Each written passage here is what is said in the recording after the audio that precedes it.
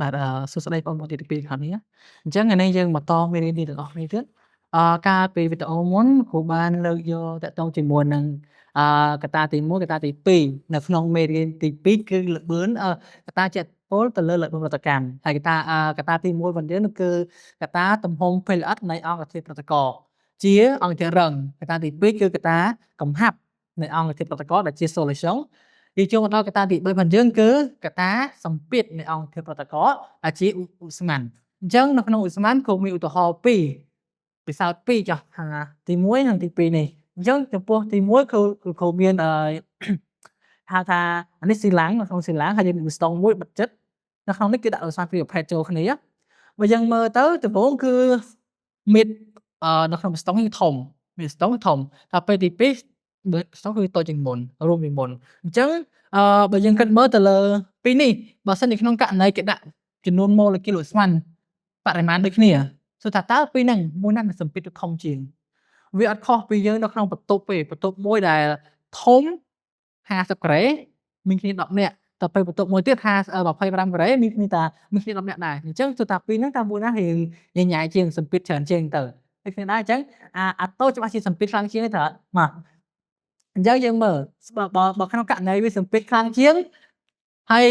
មានវាតូចជាងសួរថាតើវាទង្គិចគ្នាច្រើនអត់ដល់ពេលធំវិញបើវានៅឆ្ងាយពីគ្នាចេះសួរថាតើវាទង្គិចគ្នាច្រើនអត់អញ្ចឹងដើម្បីកុំឲ្យយើងគិតវាឆ្ងាយច្រើនមកយើងអាចចូលមកដល់អត្ថន័យរបស់យើងហ្មងទៅមកគេថាបើកាលណាសម្ពាធកាន់តែធំនោះចំនួនម៉ូលេគុលឧស្ម័នគឺខិតជិតគ្នាខិតជិតមែនទេហើយដល់ពេលបើកាលហើយវាធ្វើឲ្យចំនួនទឹកប្រសិទ្ធនេះវាច្រើនដែរធម្មតាទឹកចិត្តគ្នាយើងនៅចិត្តគ្នាច្រើនគ្នាដើរប៉ះគ្នារហូតណាដល់ពេលល្បឿនវិញគឺលឿនតាមនោះដែរហើយបើកាលណាទំហំកាន់តែសម្ពាធកាន់តែតូចនោះម៉ូលេគុលឧស្ម័នគឺវាឃ្លាតឆ្ងាយពីគ្នាឃ្លាតឆ្ងាយមែនទេអត់សូវជិតគ្នាដល់នេះទេ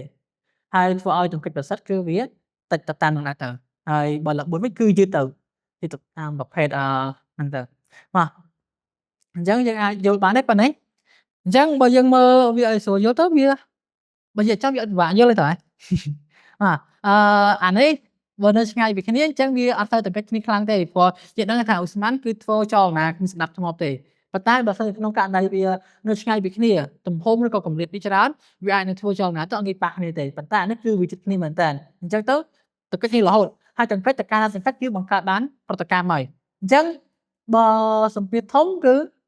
ទង្គិចច្រើនល្បឿនលឿនសម្ពាធតូចគឺទង្គិចតិចល្បឿនយឺតហើយយើងអាចនិយាយបានមួយទៀតគឺ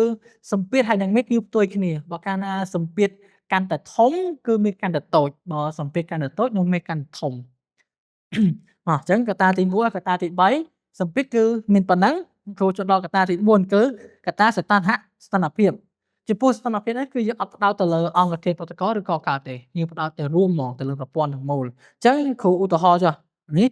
អង្គរៀងព្រាវមកជាអានេះយើងសន្មតថាវាជាចក្រានឲ្យភ្លើងទៅនេះចក្រានភ្លើងទៅពិសោធន៍ទី1គ្រូបើកភ្លើងខ្លាំងពិសោធន៍ទី2ភ្លើងតិចទៅ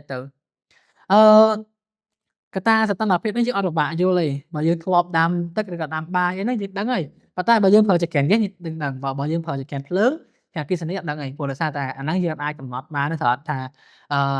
ភ្លើងប៉ុន្មានទៅអានេះពិសោធន៍នេះយើងប្រើភ្លើងខ្លាំងអញ្ចឹងបើប្រើភ្លើងខ្លាំងគឺវាឆាប់ពុះហើយដាំទឹកអញ្ចឹងប្រើភ្លើងខ្លាំងគឺដាំពុះដាំទឹកឆាប់ពុះលឿនតែពេលបើយើងប្រើភ្លើងតិចគឺវាយូរអញ្ចឹងពិសោធន៍ទី1គឺគេថានេះរយៈពេលគឺ1នាទីដល់ពេលទី2គឺ5នាទីអញ្ចឹងទៅអញ្ចឹងអាពិសោធន៍នេះគឺវាអត់មានអីពិបាកយល់ទេព្រោះដោយសារតែយើងធ្វើនៅផ្ទះរាល់ថ្ងៃអញ្ចឹងបើអត្ថន័យខាងនេះគេថាបើកាលណាសីតុណ្ហភាពកាន់តែខ្ពស់នាំឲ្យថាអពស៊ីនេតិចវាកាន់តែធំដែរហើយចំនួនម៉ូលេគុលឧស្ម័នឬក៏ម៉ូលេគុលគឺវាធ្វើចលនាលឿនបើកាលណាធ្វើចលនាលឿនបង្កិចក៏ច្រើនដែរហើយបើទង្គិចប្រសិទ្ធច្រើនល្បឿនគឺលឿនហើយអញ្ចឹងតើតើជាមួយថាអពស៊ីនេតិចគឺជាថាអពដែលធ្វើឲ្យម៉ូលេគុលឬក៏អង្គធាតុមួយពេលមានចលនាទៅហើយបើកាលណាមិនធ្វើចលនាលឿនទង្គិចគឺច្រើនដូចយើងឃើញសប្តាហ៍ជិះម៉ូតូបើកាលណាជិះម៉ូតូឬក៏ជិះឡានលឿនគឺមកគ្នាច្រើនហើយទង្គិចច្រើនទៅហើយបើយើងជិះយឺតដល់នេះចឹងសន្តិភាពទៀតថាអពតិចម៉ូលេគុលធ្វើចលនាយឺតទង្គិចសិតក៏តិចដែរអញ្ចឹងបើយើងជិះម៉ូតូ យឺតក៏វាអត់សូវបុកគ្នាដែរឬក៏អត់បុកសោះហ្មងហើយទៅពេលល្បឿនក៏ឲ្យយើងតាមហ្នឹងទៅហេអញ្ចឹងកត្តាសកម្មភាពគឺមានប៉ុណ្ណឹងងាយយល់ទេអត់សូវពិបាកយល់ទេតទៅពេលកត្តាទី5គឺកត្តាលេខចំពោះកត្តាលេខនេះវាអត់មានអីពិបាកយល់ដោយសារតែយើងធ្លាប់លើយមន័យកត្តាលេខពីថ្នាក់តូចមកដែរតាំងពីទី8មកដែរកត្តាលេខអញ្ចឹងបើយើងនិយាយទៅលើនិយមន័យដែលវាងាយយល់ជាងគេគឺកត្តាលេខជាធាតុឬក៏សមាសធាតុគីមីទាំងឡាយណាដែលវាជួយពន្លឿនល្បឿនប្រតិកម្មគីមីវាធ្វើឲ្យលឿនទៅបើក្នុងករណីប្រតិកម្មនោះយឺតយើងប្រើកត្តាលេខទៅគឺវាលឿនអញ្ចឹងអឺឥឡូវនេះយើងអត់មានអីបកស្រាយច្រើនទេបើកាលណាយើងប្រើកត្តាលេខគឺល្បឿនលឿនហើយបើយើងអត់ប្រើគឺល្បឿននៅតែយឺតអញ្ចឹងទៅហើយមកអញ្ចឹងកត្តាទាំង5ហើយនេះមាន3ហើយទាំងអស់វា5អញ្ចឹងបើសិនជាក្នុងករណីយើងអត់ច្បាស់ត្រង់ណាអាច comment សួរបានហើយឥឡូវយើងចូលមកដល់លំហាត់របស់យើងអឺក៏មានសមាការប្រតិកម្មបំបែកទឹកអុកស៊ីសែនបានដូចជាទឹកជាមួយនឹងអុកស៊ីសែនភាយមកគេថាបំរែដំបូលល្បឿនប្រតិកម្មកំណត់ឧស្ម័នអុកស៊ីសែនប្រែប្រួលកាលណានេះគឺជាប្រភេទចម្លើយបើសំណួរគេអាចសួរតាមប្រភេទផ្សេងៗគ្នាគាត់អត់សរសេរសំណួរចូលទេបាទតែសរសេរជាប្រភេទចម្លើយចូលដោយសារតែភាគច្រើនកន្លែងនេះពួកយើងទៅចូលចិត្តសរសេរវាច្រើនដងច្រឡំដែរវាថាពេលខ្លះយើងសរសេរអាសំណួរអក្សរខចូលហើយសរសេរអាសំណួរនេះចូលមកវិញហើយអក្សរខសរសេរឡើងវិញទៀតវាច្រើនដងពេកអញ្ចឹងយើងអាចសរសេរម្ដងមកហើយយើងដាក់ចម្លើយក្រុមរួមគ្នាមកអញ្ចឹងបើគេថាបើកាលណាកំហាប់របស់ H2O2 នេះឬក៏ទឹកអុកស៊ីសែននេះកើនឡើងសួរថាតើបំរែដំបូលនេះឬក៏ល្បឿនកំណរអូស្មាអុកស៊ីសែននេះវាប្រែប្រួលមិនដេចអញ្ចឹងបើយើងមើលទៅលើកំហាប់កាលពីមេរៀនមុនត្រង់កាលពីមេរៀនមុនណាអូខេកំហាប់កាលពីមេរៀនមុនអញ្ចឹងបើកំហាប់កើនឡើងគឺល្បឿនមិនដែរល្បឿននេះគឺលឿននឹងដែរបាទអញ្ចឹងគឺនោះគឺល្បឿន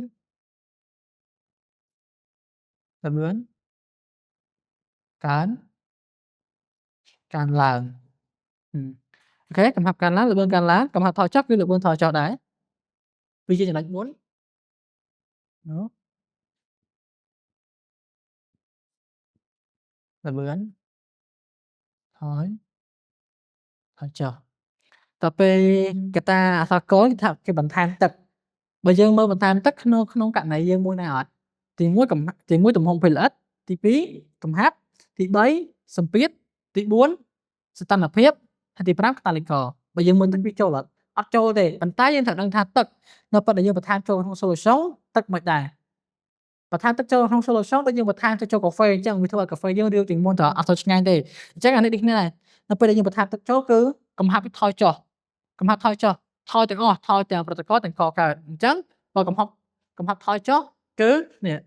ប្រតិករថយចុះដែរអញ្ចឹងថយចុះគឺល្បឿនយឺនដែរនោះល្បឿនថយចុះឃើញទេយើងមកដល់អក្សរខគេថាបើគេបង្កើនសីតុណ្ហភាពអញ្ចឹងសីតុណ្ហភាពនៅកត្តាទីប៉ុន្មានគឺកត្តាទី4បង្កើនសីតុណ្ហភាពមិនដែរបើយើងនិយាយមិញថាសីតុណ្ហភាពនៅកំភ្លើងខ្លះនេះវារយៈពេលខ្លីតែពេលអាសីតុណ្ហភាពខ្ពស់ឬកំភ្លើងតិចតិចគឺរយៈពេលវែងអញ្ចឹងបើបង្កើនសីតុណ្ហភាពគឺល្បឿនមិនដែរល្បឿនកើនឡើងឬក៏លឿនទៅនោះល្បឿនកើន